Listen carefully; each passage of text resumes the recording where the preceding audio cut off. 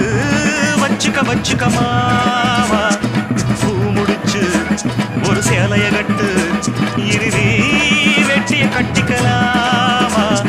கம்பெடுத்தா சொல்லி அடிப்பேன், ஜல்லி காளையை போல் துள்ளி குதிப்பேன், ஒரு பம்பரமா சுத்தி அடிப்பேன், உங்க பாட்டனுக்கும் கத்து கொடுப்பேன். சாந்து போட்டு ஒரு சந்தன போட்டு எடுத்து வச்சுக்க மாமா.